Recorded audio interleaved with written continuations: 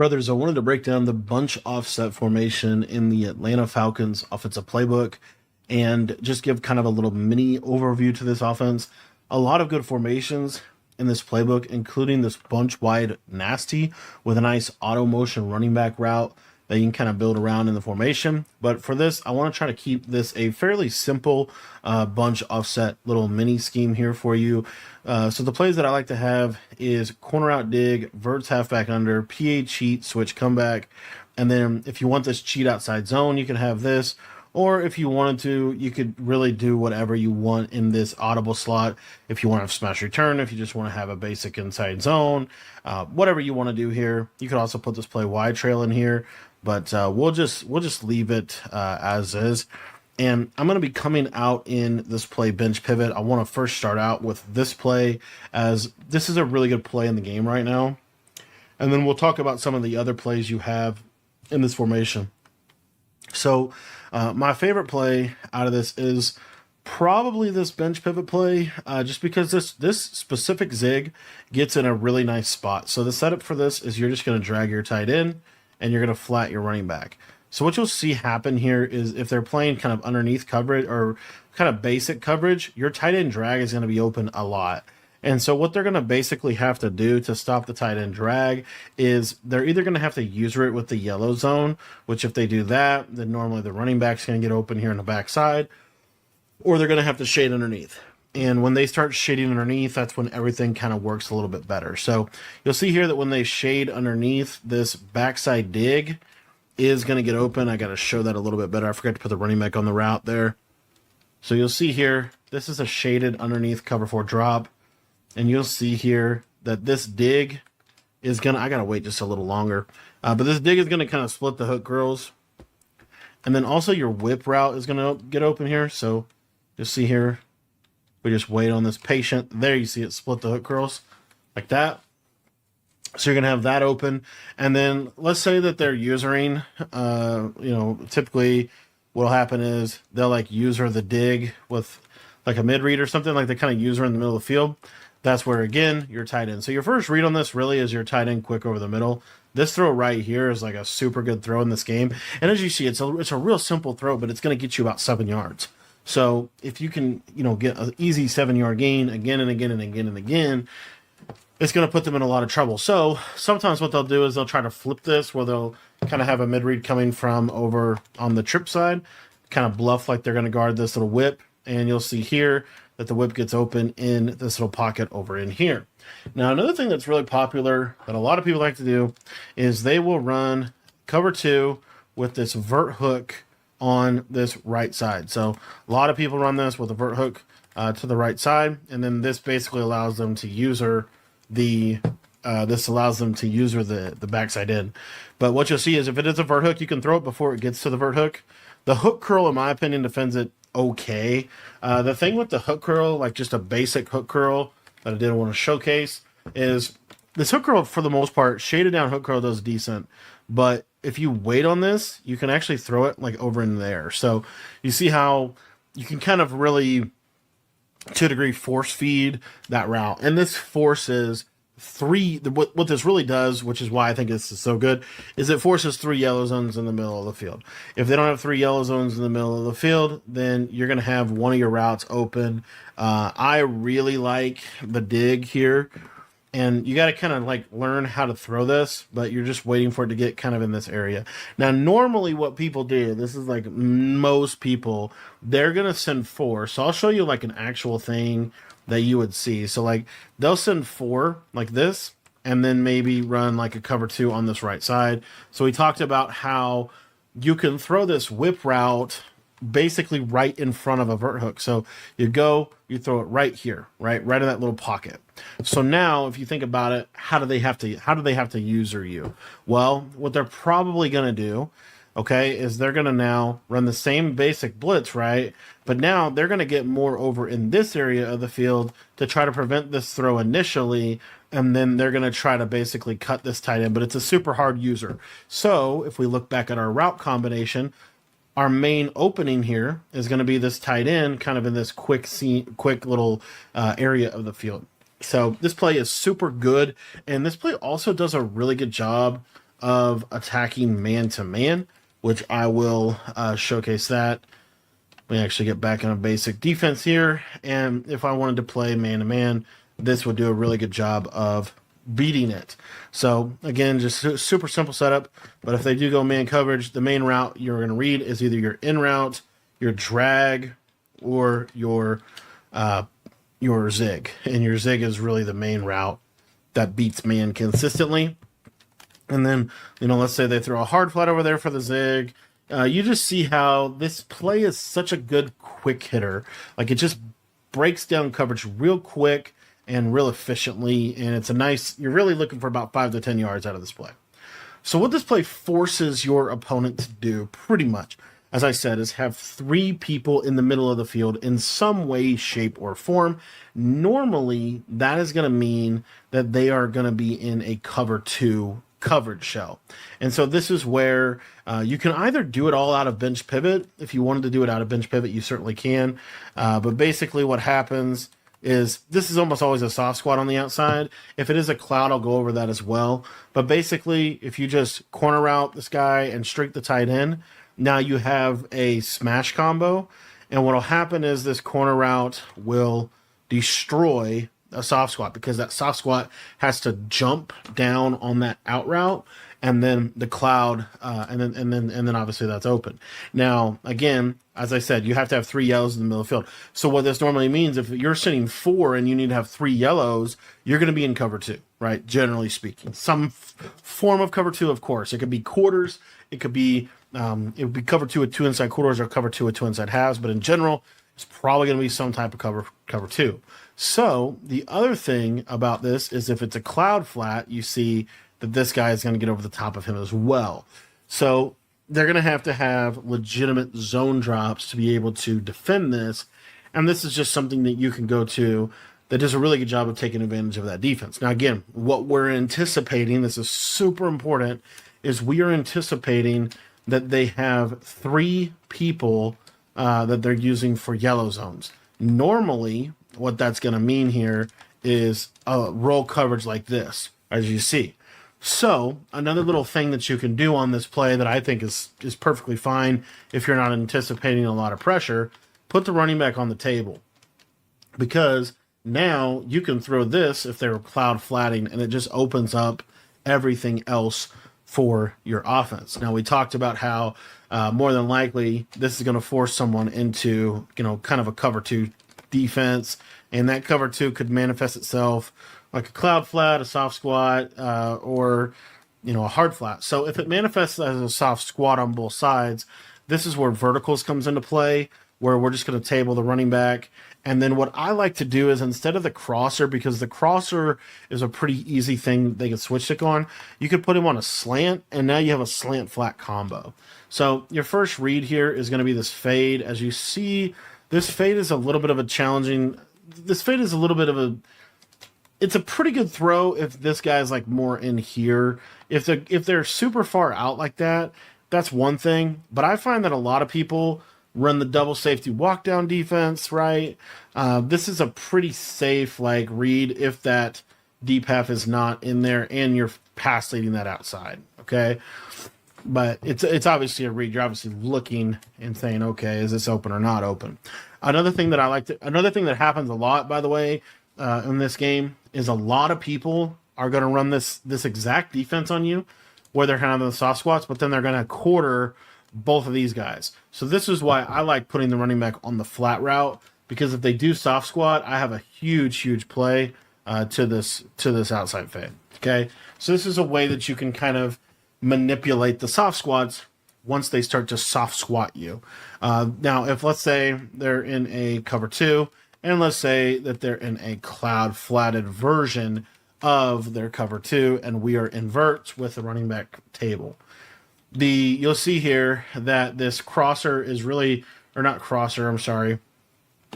This wheel is going to be the read. So let me actually go back to get you the right setup. I don't normally put the crosser on the field unless I don't know. I mean, I just don't think the crosser ever gets open this year, to be honest. I like the slant better. But anyways, you'll see here, cover 2 here on the right. You can pass lead up and to the right. And as you see, it's going to get open over there. Another thing that I don't think is a terrible idea is if they are running a lot of cover two, one of the other things you can do out of verticals this year is a simple, slot streak, tight end post like this. And what you'll see is this deep half will kind of span out. And then this guy will split the cover two right at the middle as well. So if you're trying to break down cover two, this is something that you can use to do that. What most people are going to end up being in against you is, as you can see, some type of a cover three roll to the bunch side is pretty much where we want. It's pretty much where people are kind of forced to go with their coverage here. And normally it's going to be a cloud on this outside. So you see here, you're going to pretty typically, you're going to get a roll coverage where you're either getting this, as you can see here. And again, this guy's going to have to really be more of a mid-read defender in terms of how he's usered because of how this game plays. If they do have a hard flat over here, then what you're able to do, if we go back to that vertical setup, is this is where the slant becomes really handy. Because what you're going to see here is this slant is going to get in this nice pocket, and it's a pretty clean read against that cover three. The thing that people forget about slant routes against cover three, cover four hard flats is a slant route. If you think about it, it's going to run about 20-ish yards at the point of the throw. Some of the 20, watch where he catches it at about the 40, right? It's about that 20-yard mark. In terms of what a slant is actually going to do across the middle. And this is also a really good play for attacking man coverage. This play does a really good job of breaking that coverage down.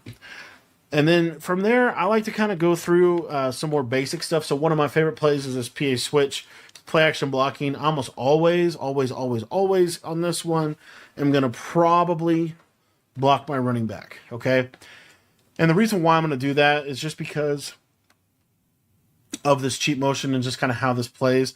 I'm going to give you another setup that is good for cover four, but then we were talking a little bit about potentially getting some cover two here to the left side.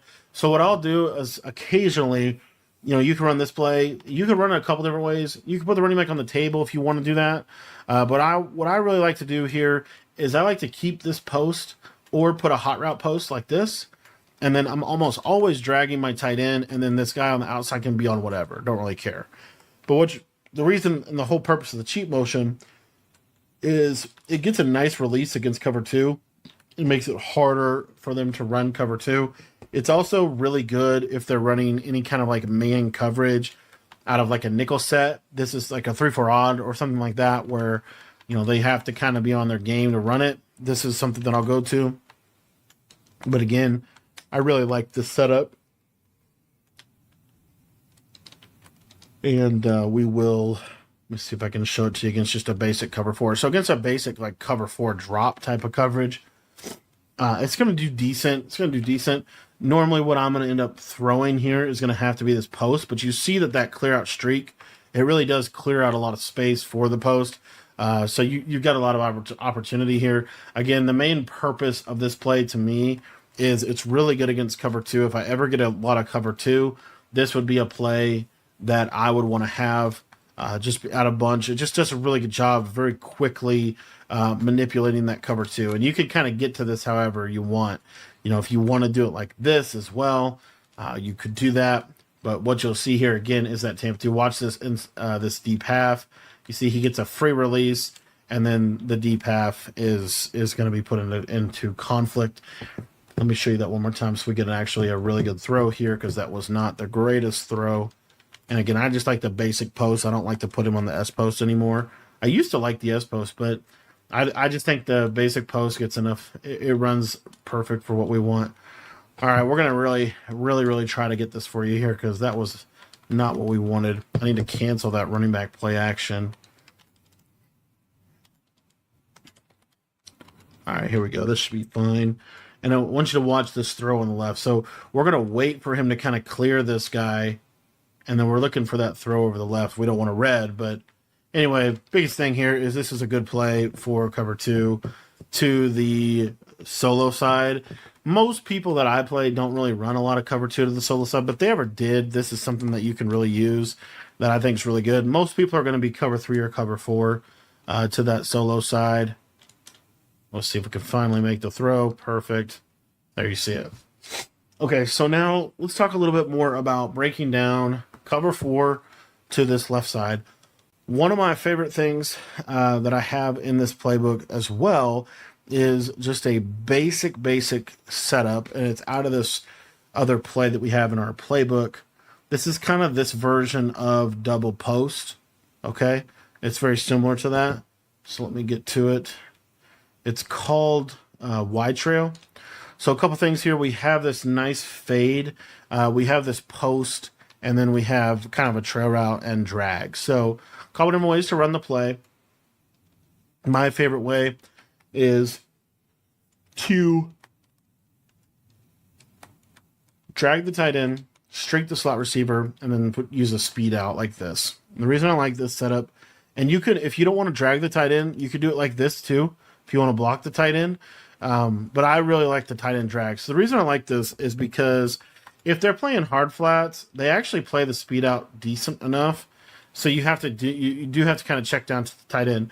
But the reason I like this setup is because a lot of times what will happen is they'll put a vert hook. If you start to notice they're putting like a vertical hook on this left side, and it's just obvious that this flat's open, you know, this is where the speed out is something nice in to have. The other reason why I like this though is because if they run cover 3 by using the speed out, and you could use a comeback too, but by using the speed out, now we have a good chance for a big hitter. So you'll see here, you know, still one of the most consistent cover 3 beaters in the game, and you get a big hitter over the middle. Okay, but in general, not a whole lot to say about this play this year, but this is a good combo. You can also do it like this and literally recreate double post with a tight end wheel that you can hot route now. So anyway, nice little play out of ATL bunch. I'm trying to think if there's anything else like worth mentioning from this formation. You do have like one click over, you're in Y curl, right? So you know you can go to Y curl. You just have a bunch of options within the audible system here. Another thing I did want to point out is we haven't even touched on this yet, so I do think it is worth talking about. You have smash return in here. You have spacing switch in here. You have some really nice, again, just horizontal strain plays that I think are just kind of worth utilizing. So smash return, there's a lot of different ways to run smash return, but this would be a really good setup for these this like shaded down hook curl stuff that you might get. So what you could do is just drag the tight end, block the running back, streak this receiver, and then what you'll see here is watch these hook curls, see how they go down to those underneath routes, and then that gets open over the top. It's kind of a similar position that we're putting you in with bench pivot, but it's just slightly different, and just in terms of how you have to switch stick and user it. This is just, again, one of my favorite plays to force that heavy underneath coverage that is really, really hard to make a living on. Another thing is just good old-fashioned bunch staples that you can do from any play in this playbook. You don't have to have a specific play, but just put a corner, stem it all the way down, put a streak, put a post, and put a backside drag. Feel free to motion your running back if you ever worry about match. You could do that, but these stem down corners are really still pretty powerful, and it's just, you know, people have kind of started to switch stick those a lot. But the beauty of this is we have our check down game over the middle, as you can see. So, you know, just different things like that you can do. Another underrated combo out of this formation, in my opinion, would be, not that we get, you know, again, we have some other plays that work for this, but you can just motion this across like this. This just makes sure that they can't cover to you on this right side. And if you don't want to stem them all the way down, stem them down to this spot right here. This is really a perfect, like, sweet spot for killing any kind of cloud flat over there on the right side. So in general, this is the Atlanta bunch, and hope you enjoyed watching the video. If you guys want to check out my full offensive or defensive ebooks for Madden or for College Football 25, those are all in our school community, school.com/Cody Ballard. The link to sign up for that is going to be in the description down below.